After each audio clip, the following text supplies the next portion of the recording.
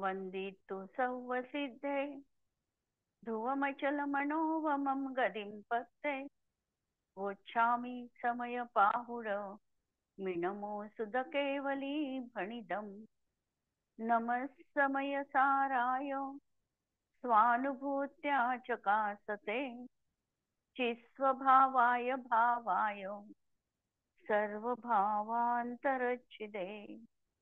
अंतिम शासननायक 1008 भगवान महावीर स्वामी की जय। द्वादशांग श्रुत देवी की जय।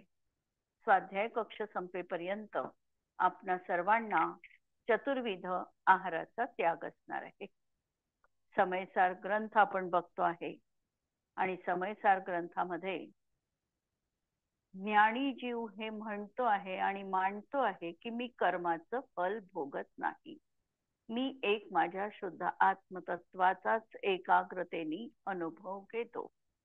एकाग्रतेने अनुभव घेतो हे म्हणत असताना पूर्वबद्ध कर्माचा उदय येतो आहे हेही त्याला ज्ञात आहे, पण त्या फलाशी हा सुखदुःख रूप संचेतन न करता त्याला तिकडे गौणत्व देऊन आपल्या ज्ञान स्वभावामध्ये हा निमग्न आहे आणि त्याच्यामुळे कर्माच्या फलाला हा भोगत नाही आणि फक्त अनुभव घेतो आहे असं त्याचं कथन असणार आहे। याचा अर्थ कर्म पूर्णतः तिथेच निघून गेलं हा कदापिही नाही। अपेक्षेने कथन लावायचं आहे, तो जो वेदन करतो आहे त्या वेदन करण्याच्या अपेक्षेने हे कथन इथे आम्हाला बघायचं आहे। काल आम्ही नामकर्माच्या प्रकृतींपर्यंत येऊन पोचलेलो होतो। नामकर्माच्या 93 प्रकृती आहे, त्याच्यामध्ये गती, जाती आणि शरीर। शरीरापर्यंत आम्ही आलो होतो। 4 गती, आयु आणि गती याच्यामध्ये फरक थोडासा पाहिला होता आपण की कसा फरक आहे। आयुबंध हा त्रिभागामध्ये होतो आणि गतिबंध मात्र जीवाला निरंतर चालू असतो। आयुबंधामध्ये संक्रमण होत नाही, म्हणजे जी आयु बांधली ती भोगावीच लागते, त्याच्यात बदल होणार नाही। आणि गतीमध्ये मात्र संक्रमण सुरू असतं, बदल होतच असतात। याचा त्रिभागाचा नियम आहे आणि गती मात्र निरंतर बांधली चालली आहे। नंतर पंचेंद्रिय जाती, एकेंद्रिय, द्विनेंद्रिय, तीनेंद्रिय, 5 इंद्रिय जाती। या जातीपैकी कोणती तरी एक जाती हा जीव बांधतच असतो। तो एकेंद्रिय बांधेल, द्विनेंद्रिय, त्याच्या परिणामांवर हे कर्मबंधन अवलंबून आहे। आणि उदय जसं पूर्वी कर्म बांधलेलं आहे तसा उदय सुरू आहे। उदयात काय आहे आणि बंध काय आहे हा वेगवेगळा प्रकार असणार आहे, कारण हे सगळ्या प्रक्रिया वेगवेगळे आहे। उदय, सत्व, बंध, उत्कर्षण, अपकर्षण या कर्माच्या वेगवेगळ्या स्थिती आहे। आणि आत्ता जे कर्म बांधतो आहे त्याला बंध म्हणायचं। पूर्वी बांधलेलं कर्म जे फल देत आहे तो उदय आहे। अशा तऱ्हेने ह्या प्रक्रिया बघायच्या आहे। आणि प्रकृती म्हणजे जातीचा बंध देखील एका जातीचा बंध हा जीव बांधतच असतो, पण त्याला विशिष्ट नियम पण आहे। समजा तो एकेंद्रिय जाती बांधत आहे तर त्यावेळेला पुढच्या प्रकृती बांधताना तो स्थावर नाम कर्मच बांधेल, त्रस बांधणार नाही, कारण एकेंद्रिय आणि त्रस यांचा विरोध आहे। त्याच्यामुळे एकेंद्रिय जाती बांधत असेल तर तिकडे स्थावर नाम कर्म बांधेल। तर अशा प्रकारे संवहन बांधणार नाही, कारण एकेंद्रिय जीवांना संवहन नसतं म्हणून संवहन बांधणार नाही। तर अशा प्रकारे त्या अशा विशिष्ट कर्माच्या जोड्या आहे की तो जीव तिथे बांधतो। गोमटसार मध्ये हे कथन पूर्णतः आलेलं आहे। या ठिकाणी आपण फक्त ओझरत याच्या अनुषंगाने आपण बघतो आहे। यानंतर शरीर नामकर्म बघितलेलं होतं। 5 तऱ्हेचं शरीर आहे। मनुष्य आणि तिर्यंच्यांचं औदारिक शरीर आहे। देव आणि नारकी म्हणजेच उपपाद जन्मवाल्यांचं वैक्रियक शरीर असतं। आहारक वृद्धी संपन्न मुनींना जे शरीर प्राप्त होतं ते आहारक शरीर आहे। आणि या 3चं रॉ मटेरियल एकच आहे, औदारिक, वैक्रियक आणि आहारक। हे सगळं आहार वर्गणेपासून बनतं। नंतर 2 तैजस आणि कार्माण शरीर। तैजस शरीर तैजस वर्गणेपासून बनतं आणि कारमाण शरीर कारमाण वर्गणेपासून बनतं. अशा तऱ्हेने ही 5 शरीर बघितली. या 5 शरीरानंतर यांची बंधन, शरीर तर मिळालं पण याला एकमेक सुव्यवस्थित टिकण्यासाठी बंधनाची पहिल्यांदा अंगोपांग आहे. तर अंगोपांग नामकर्म. तर या 3 शरीराला औदारिक, वैक्रियक आणि आहारक या 3 शरीराला अंगोपांग देखील असतात. म्हणजे अंगोपांग असतात याचा अर्थ त्याला 8 तऱ्हेचं अंग आणि उपांग अशी ती 8 अंग आणि उपांग मिळून अंगोपांग म्हटल्या जातं. या अंगामध्ये 2 हात, 2 पाय, नितंब, पाठ, छाती आणि डोकं अशी 8 अंग आहे. जेव्हा आम्ही म्हणतो की साष्टांग नमस्कार करायचा आहे, तर साष्टांग अष्टांग 8 अंगांनी सहित, म्हणजे ही 8 अंग आमची जेव्हा जमिनीला स्पर्श करतात तेव्हा तो साष्टांग नमस्कार असतो. 2 हात, 2 पाय, नितंब त्यावेळेला करणार नाही जमिनीला स्पर्श, पण ते सरळ राहील. पाठही सरळ राहील, छाती टेकलेली राहील आणि मस्तक टेकलेलं राहील, तेव्हा तो साष्टांग नमस्कार म्हटला जातो. आणि आमच्या हातापायाचे उंगली वगैरे म्हणजे बोट वगैरे हे उपांग म्हटल्या जातात. यापैकी 5 शरीरापैकी 3 शरीरांमध्ये अंग आणि उपांगांची रचना असते. औदारिक, वैक्रियक आणि आहारक शरीरामध्ये. कारमाण आणि तैजस या शरीरामध्ये अंगोपांगाची रचना नसते आणि म्हणून त्या ठिकाणी त्यांच्यासाठी अंगोपांग नामकर्म असा भेद आलेला नाही. ज्ञानी जीव म्हणतो आहे की मी या अंगोपांग नामकर्माला देखील भोगत नाही, मी एक फक्त आत्मतत्वाचं संचेतन करतो आहे. यानंतर बंधन, 5 तऱ्हेचं बंधन. शरीर जर 5 आहे आमची, तर या शरीराला सुव्यवस्थित टिकण्यासाठी बंधनाची देखील गरज असते. म्हणून बंधन हे 5 प्रकारचं सांगितलेलं आहे की ज्याचा उदय असताना ग्रहण केलेल्या परमाणू जी आहार वर्गणा शरीरासाठी ग्रहण केलेली आहे ती बंधन रूप होते, म्हणजे सुव्यवस्थित बांधल्या जाते. याला बंधन नामकर्म म्हणायचं. आणि हे बंधन देखील 5 प्रकारचं आहे. औदारिक, वैक्रियक, आहारक, तैजस आणि कारमाण शरीर. आता शरीराला बंधनात तर टाकलं, पण ते खरबडीत असेल, रखरखीत असेल तर त्याला सुचारूपणा दिसणार नाही. आणि म्हणून संघात नावाचं कर्म देखील सांगितलेलं आहे की औदारिक शरीर संघात, वैक्रियक शरीर संघात असे हे 5 शरीर संघात आहे. आणि या संघाताचं कार्य असं आहे की आमची जी वरची त्वचा आहे ती त्वचा एक संध, एक सारखी असणं, त्याच्यामध्ये सातत्य, छिद्ररहितपणा अशा प्रकारचा असणं हे संघाताचं कार्य आहे. आणि हे संघात नामकर्म देखील 5 तऱ्हेचं असणार आहे.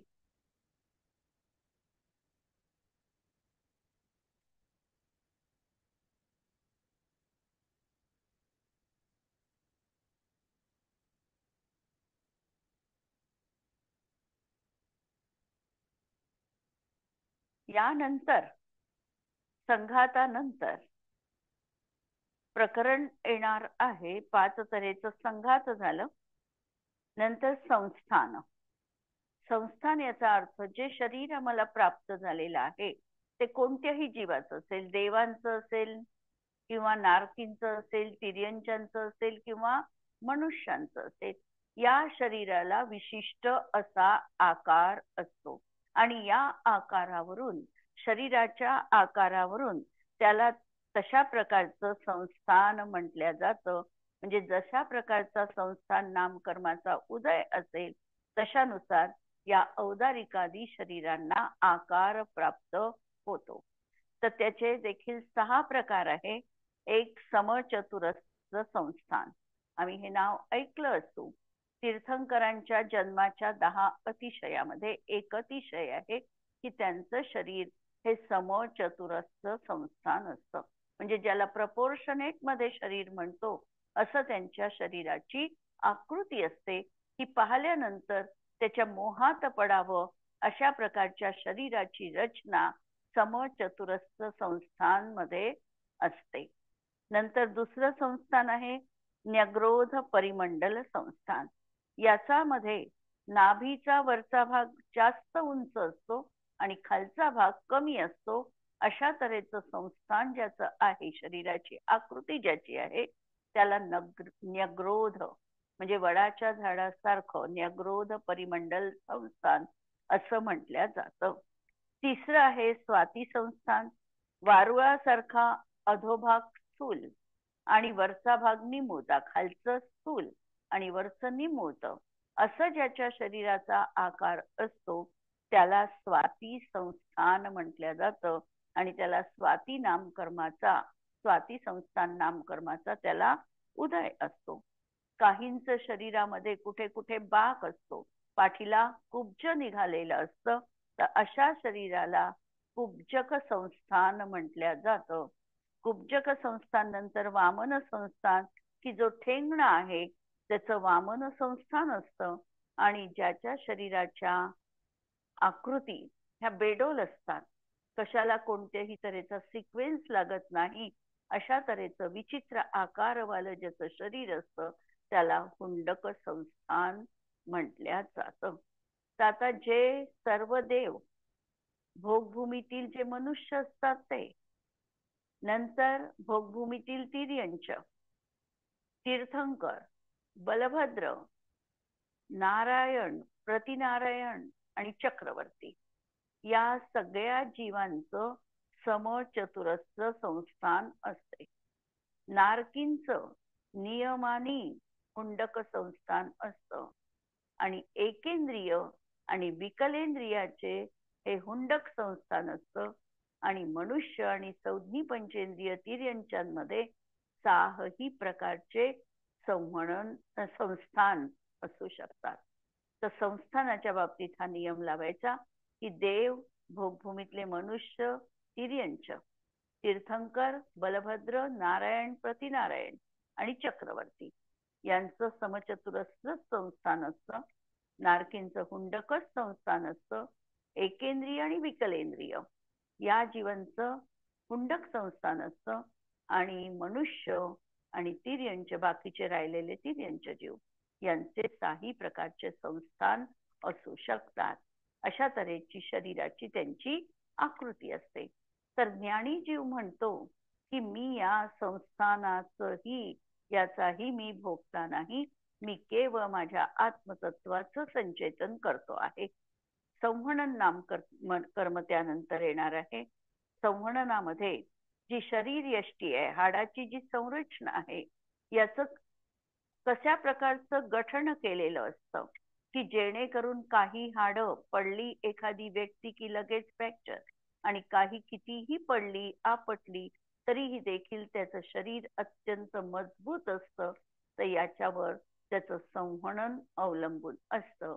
तर संहनन नामकर्माचा उदयात शरीरातील अस्थी, हाडं वगैरेंच्या बंधनाची जी विशेषता, तिला म्हणायचं संहनन नामकर्म. याचे 6 भेद आहे. पहिला वज्र ऋषभ नाराच संहनन. यामध्ये हाडांचं बंधन, नंतर हाडांचा समूह हे पूर्णतः अगदी वृषभाप्रमाणे शिरांचं घट्ट आवरण असतं, त्या ठिकाणी बंधन असतं. आणि म्हणून त्याला वज्र ऋषभ म्हणजे वज्रासारखं त्यांचं शरीर असतं, म्हणून वज्र ऋषभ नाराचं त्यांचं संवहन आहे. दुसरं संवहन आहे वज्र नाराचं संवहन. वज्र नाराच्या संवहनामध्ये नाराचं आणि संवहन म्हणजे नाराचं म्हणजे खिळी वगैरे असते ती, आणि संवहन म्हणजे हाड ही वज्राची असतात. आणि वेष्टन मात्र साधारण प्रतीचं असतं, त्यास वज्र नाराचं संवहन म्हणतात. नंतर नाराचं संवहन तिसरं की ज्याचा उदय असताना हाडाची खीळ असते त्यास नाराचं संवहन म्हणतात. ही 3 उत्तम संवहनं म्हटली जातात आणि याच्यामधलं वज्र ऋषभ नाराचं संवहन शुभ म्हटलं जातं. शुभ संवहन आणि उत्तम संवहन याच्यामध्ये देखील फरक आहे. उत्तम संवहनवाला 11व्या गुणस्थानापर्यंत जाऊ शकतो आणि शुभ संवहनवाला वज्र ऋषभ नाराचं संवहनवाला त्या भवात मोक्षाची पण प्राप्ती करून घेऊ शकतो. पंचम काळामध्ये ही 3 संवहनं आज कोणत्याही जीवाला या भरत क्षेत्रात असणार नाही. म्हणून ही 3 उत्तम संवहनं आज कुणाही जीवाला असणार नाही. नंतरचं संवहन आहे अर्धनाराचं संवहन, की ज्याचा उदय असताना हाडांची खीळ अर्धवट असते, पूर्णतः किलीच नसते. असं जे संवहन आहे ते अर्धनाराचं आहे. नंतर कीलक संवहन म्हणजे हाडं वगैरे परस्परांमध्ये फक्त गुंतलेली आहे, स्वतंत्र त्या ठिकाणी बंधन नाही, त्याला कीलक संवहन म्हणायचं. आणि शेवटचं असंप्राप्त स्फुस्फाटिका, हारांचे सांधे परस्परात मिळालेले नसतात, फक्त त्यांच्या बंधन शिरा स्नायूशी बांधलेले असते, त्याला असंप्राप्ता स्फुस्फाटिका संवहन म्हणतात. हे संवहन अत्यंत हीन दर्जाचं अशा असंप्राप्ता स्फुस्फाटिका संवहन असतं. भोगभूमीतील मनुष्य आणि तिर्यंच्यांना आणि मोक्षाला त्याच भवात जाणारे जे असतात, किंवा 5 अनुत्तर विमानामध्ये उत्पन्न होणारे, किंवा 7व्या नरकात जाणारे, आणि चक्रवर्ती बलदेव नारायण प्रतिनारायण यांना हे वज्र ऋषभ नाराचं संवहन असतं. एकेंद्रिय जीवांना संवहन नसतं आणि देव आणि नारकी यांना देखील संवहन नसतं, कारण त्या ठिकाणी त्यांचं वैक्रियक शरीर आहे, म्हणून संवहन असणार नाही. तर अशा तऱ्हेने संवहन नामकर्माच्या बाबतीत देखील हा ज्ञानीचा विचार असतो की ही संवहन वगैरे तर ही शरीराची रचना आहे, या शरीराच्या रचनेशी माझं काहीही कर्तव्य नाही. शिवाय हे कर्म जे आहे हे पुद्गल विपाकी आहे. पुद्गल विपाकी आहे, याचं फळ शरीरावर पडतं, आत्म्यावर पडत नाही. 4 तऱ्हेच्या विपाक सांगितलेला आहे. जीव विपाकी कर्म, पुद्गल विपाकी कर्म, भव विपाकी कर्म आणि क्षेत्र विपाकी कर्म.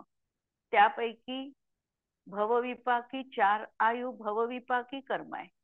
गत्यानुपूर्वी ज्या 4 आता पुढे येणार आहे त्या क्षेत्र विपाकी कर्म आहे. आणि काही कर्म याच्यामधले जीव विपाकी असतात आणि काही कर्म हे पुद्गल विपाकी असतात. पुद्गल विपाकी कर्माचं फळ शरीरावर पडतं आणि जीव विपाकी कर्माचं फळ जीवावर डायरेक्ट पडतं. जर शरीराचा संवहनाशी संबंध आहे तर ज्ञानी जीव विचार करतो की याच्याशी माझं काहीही कर्तव्य नाही, मला तर एक माझ्या अभेद आत्मतत्वाची आराधना करायची आहे आणि तिथेच माझं मन मला एकाग्र करायचं आहे. यानंतर कर्म प्रकृती येणार आहे स्पर्श रस गंध आणि वर्ण या संबंधामध्ये. की स्पर्श नाम कर्म, स्पर्श गुण अलग, स्पर्शनेंद्रिय अलग आणि स्पर्श नाम कर्म अलग. 3 गोष्टी. स्पर्शनेंद्रिय, स्पर्शाला ज्या इंद्रियांनी जाणलं जातं ते स्पर्शनेंद्रिय, पहिलं इंद्रिय.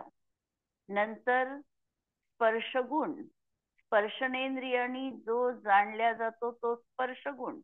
आणि या ठिकाणी सांगत आहे स्पर्श नाम कर्म. ज्याचा उदय असताना शरीरामध्ये स्पर्श उत्पन्न होतो त्याला म्हणायचं स्पर्श नाम कर्म.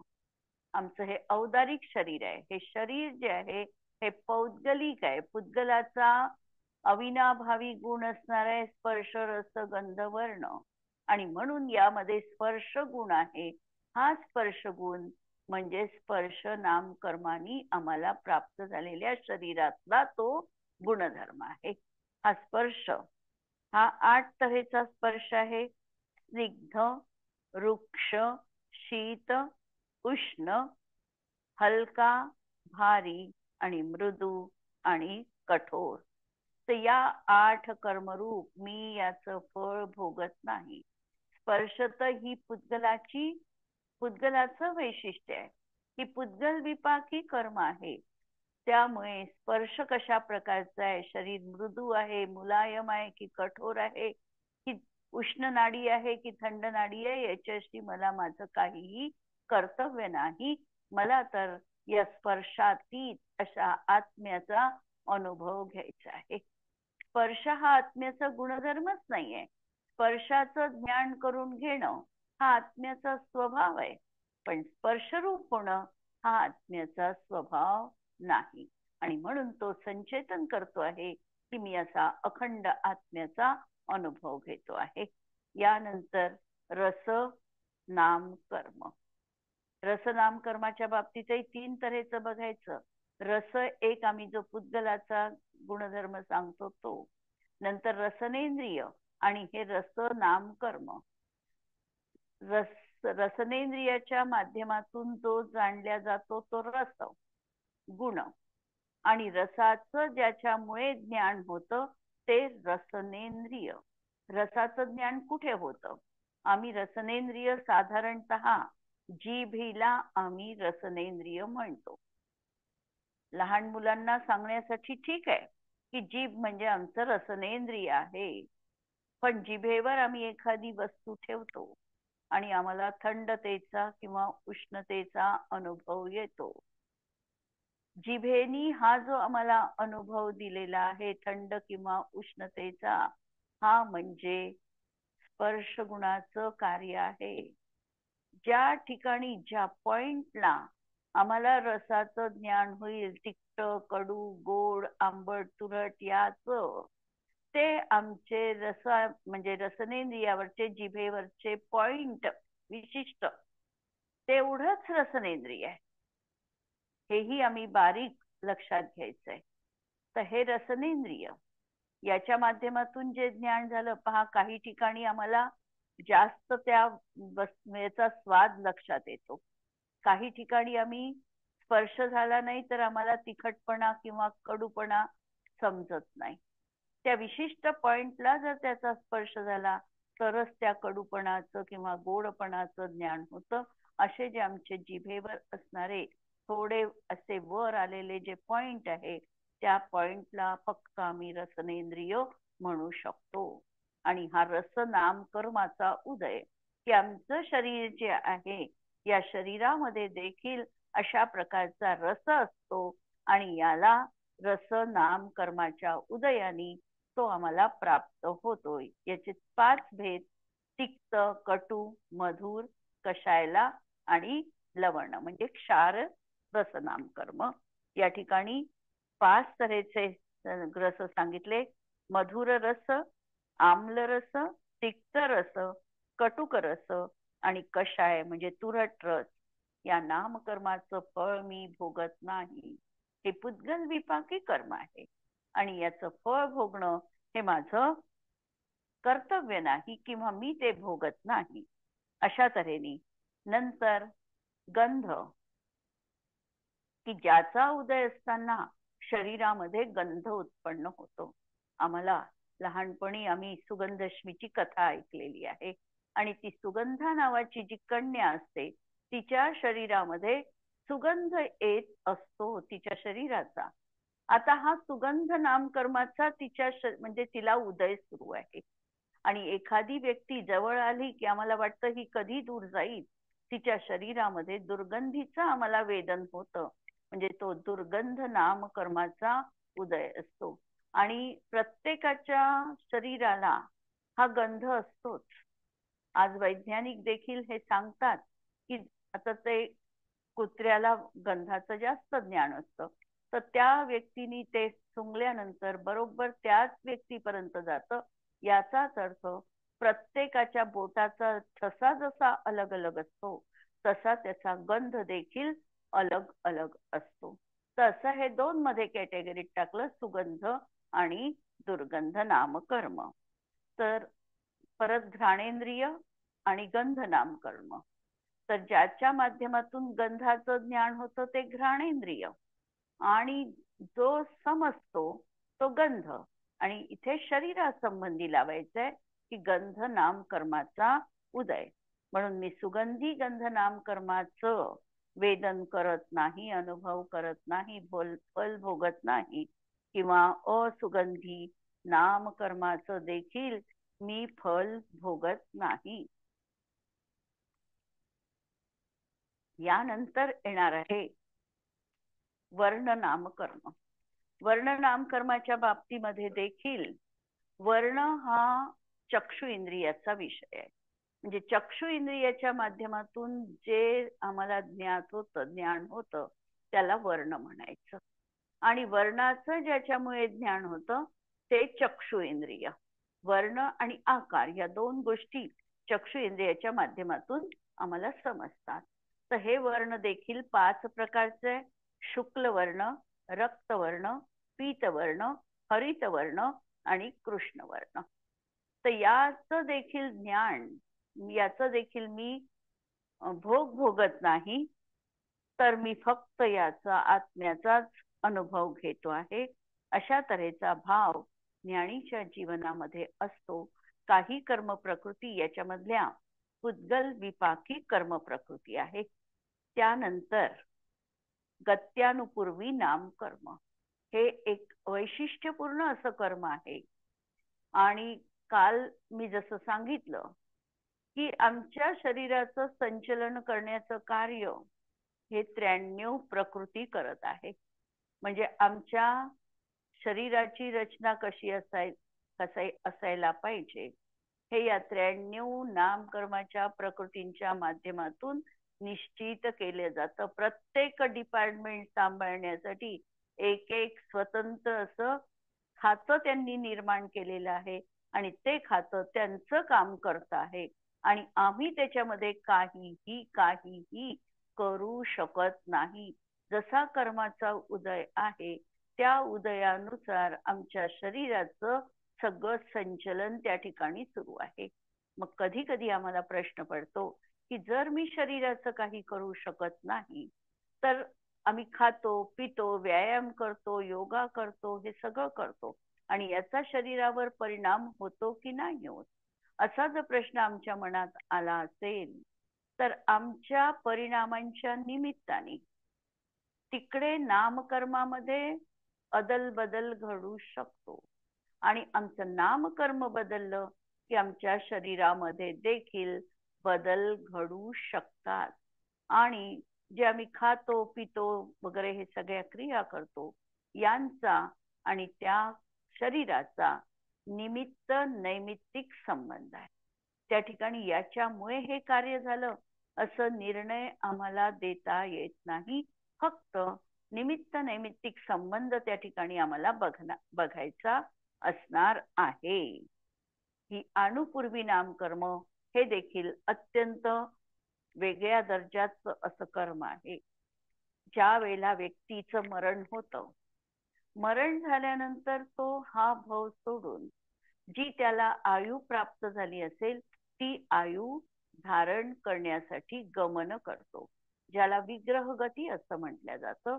या विग्रह गतीमध्ये हा जीव जोपर्यंत जन्मस्थानावर पोचत नाही आणि आहार म्हणजे ज्या शरीराला आवश्यक असलेले परमाणू तो ग्रहण करत नाही, तोपर्यंत त्याचा जो आकार आहे, हा आकार पूर्वी त्यांनी जे शरीर सोडलेला आहे त्या शरीराचा प्रमाण राहतो. याला म्हणायचं अणुपूर्वी नाम कर्म. की जे शरीर, आता समजा एखादा जीव मनुष्य आहे, हा मनुष्य आता देव पर्यायीत जाणार आहे. मनुष्याचा आकार जोपर्यंत देवाच्या शरीराचे परमाणू ग्रहण करत नाही तोपर्यंत असणार आहे. अणुपूर्वी देवगत्यानुपूर्वी सुरू झाली. अनुपूर्वी कोणती? देवात तो जाणार आहे, म्हणून देवगत्यानुपूर्वी कर्माचा उदय आहे. आणि शरीराचा आकार पूर्वी सोडलेल्या शरीरासारखा आहे, म्हणजे तसा शरीर प्रमाण त्याचा आकार आहे. या कर्माला म्हणायचं अनुपूर्वी नाम कर्म. जर तिर्यंच पर्यायी जाणार असेल तर त्याला तिर्यंच गत्यानुपूर्वीचा उदय, मनुष्यात येणार असेल तर मनुष्य गत्यानुपूर्वीचा उदय, देव किंवा नरकात जाणार असेल तर नरक गत्यानुपूर्वीचा उदय. अशा तऱ्हेच्या ह्या अनुपूर्वी 4 गतींच्या अनुलक्षून या अनुपूर्वी असणार आहे. म्हणजे या जीवाचा आकार विग्रह गतीमध्ये काहीही बदलण्याचं कारण नाही. म्हणून त्या ठिकाणी त्याचा आकार जोपर्यंत शरीर धारण करत नाही त्या शरीर प्रमाण तिथे असतो. यानंतर निर्माण नामकर्म सांगितलेलं आहे. निर्माण याचा अर्थ आमचे जे अंगोपांग आहे शरीरामध्ये हे यथास्थान उत्पन्न होतात आणि यथा प्रमाण उत्पन्न होतात. म्हणून यांची संख्या निश्चिती आणि प्रमाण निश्चिती या 2 गोष्टी जिथे साधल्या जातात याला म्हणायचं निर्माण नामकर्म. याचा अर्थ आमच्या शरीरावर चेहरा कसा आहे, चेहऱ्यावर डोळे कुठे असावे, नंतर कान कुठे असावे, हे सगळं निर्धारित केल्या गेलं आणि त्यानुसार शरीराची रचना झाली. कुठे त्या इंद्रियांनी असलं पाहिजे आणि त्याचं प्रमाण काय असलं पाहिजे, या दोन्ही गोष्टी निर्माण मध्ये निर्धारित केल्या जातात. असं हे निर्माण नाम कर्म. आणि या ठिकाणी आचार्य सांगतात की मी या निर्माण नाम कर्माचा देखील भोगता नाही. त्यानंतर कर्म प्रकृती आलेली आहे अगुरु लघु नाम कर्म. अगुरु लघु हा शब्द तर परत अनेक वेळा वेगवेगळ्या शब्दांच्या संदर्भामध्ये आम्ही पाहतो. एक गुण तर आम्ही सामान्य गुणामध्ये अगुरु लघु गुण लावतो. सामान्य गुण जो साही द्रव्यामध्ये आहे तो गुण, तो या ठिकाणी अभिप्रेत नाही. दुसरा अगुरु लघु गुण आम्ही लावतो सिद्ध परमेष्ठींच्या प्रतिजीवी गुणांमध्ये. गोत्र कर्माचा अभाव केला म्हणून सिद्धांना अगुरु लघुत्व नावाच्या प्रतिजीवी गुणाची प्राप्ती झाली, असं आम्ही सिद्धांच्या 8 गुणांमध्ये सांगत असतो. तो देखील हा अगुरु लघु गुण नाही. हा अगुरु लघु गुण नामकर्माच्या संदर्भातला लावायचा आहे की याचा उदय असताना आम्हाला जे शरीर प्राप्त झालेलं आहे किंवा कोणत्याही जीवाला जे शरीर प्राप्त झालेलं आहे ते लोखंडासारखं एकदम भरभक्कम वजनदार नाही किंवा कापसासारखं अगदी हलकं कोणीही फुंकर मारावं आणि उडावं अशा प्रकारचं शरीर प्राप्त होत नाही. म्हणून या कर्माला म्हणायचं अगुरु लघु काम नाम कर्म. जे एखादी कितीही खूप वजनदार व्यक्ती असली, जिचं वेट खूप आहे, तिने जरी जमिनीवर पाय ठेवला तर जमीन एकदम खसकत नाही, म्हणजे जमिनीला एकदम गड्ढा पडत नाही. तर अशा प्रकारे तिचं इतकं वजन नाही असं या ठिकाणी म्हटलेलं आहे. म्हणून ते अगुरु लघु नाम कर्म. किंवा असं फुंकर मांडली आणि एखाद्याचं शरीर उडून गेलं, असं शरीर कोणत्याही जीवाचं नसतं, त्याला अगुरु लघु नाम कर्म असं म्हटलं जातं. आणि हा जीव या फळाचा देखील भोगता नाही. नंतर उपघात नावाचं कर्म आहे. उपघात नाम कर्म की ज्याचा उदय असताना अवयव असे आपल्याला प्राप्त होतात की आपल्याच अवयवांच्या माध्यमातून हा जीव स्वतःचा घात करून घेऊ शकतो किंवा त्याच्याच इंद्रियांनी त्याचा घात होतो, असं उपघात नाम कर्म. जसं एखाद्या वेळेला एखाद्या व्यक्तीची नख खूप वाढली असेल आणि त्या नखांनी आपल्या शरीराला इजा होते, तर हे त्याचं उपघात नामकर्म आहे. किंवा उपघाताबद्दल हा नियम सांगितला जातो की हरिण आहे.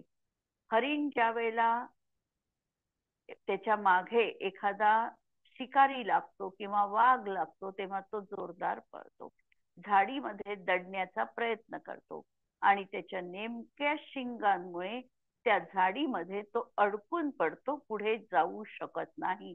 म्हणजे त्याच्या शिंगांनी त्याचा घात केला, हे असं उपघात नावाचं कर्म. किंवा कुऱ्हाडीचं उदाहरण आपल्याला पाहता येईल, की कुऱ्हाड आहे, लाकडापासून बनलेली आहे आणि त्या लाकडाच्या कुऱ्हाडीने लाकडाचा म्हणजे झाडाचाच घात केला जातो, म्हणजे त्याच्याच अवयवांच्या माध्यमातून त्याचा घात होतो. हे उपघात नावाचं कर्म. आणि ज्ञानी जीव या कर्मफलाचा भोगता बनत नाही. नंतर परघात नावाचं कर्म, की ज्याचा उदय असताना दुसऱ्या जीवाचा घात होईल असे अवयव प्राप्त होतात, त्याला परघात नामकर्म म्हटल्या जातात. दुसऱ्यांना मारण्यासाठी नखांचा उपयोग झाला, अशा तऱ्हेचं हे परघात नाम कर्म आहे.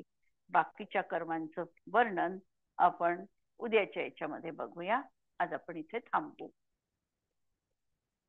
जिनवाणी के ज्ञान ते सुझे लोकालोक, सो जिनवाणी मस्तक नमो सदा देत हो. नमो अरिहंताणम नमो सिद्धाणम नमो आयर्याणम नमो वज्रायाणम नमो लोये सव्वसाहुणम. सर्वांना जय जिनेंद्र.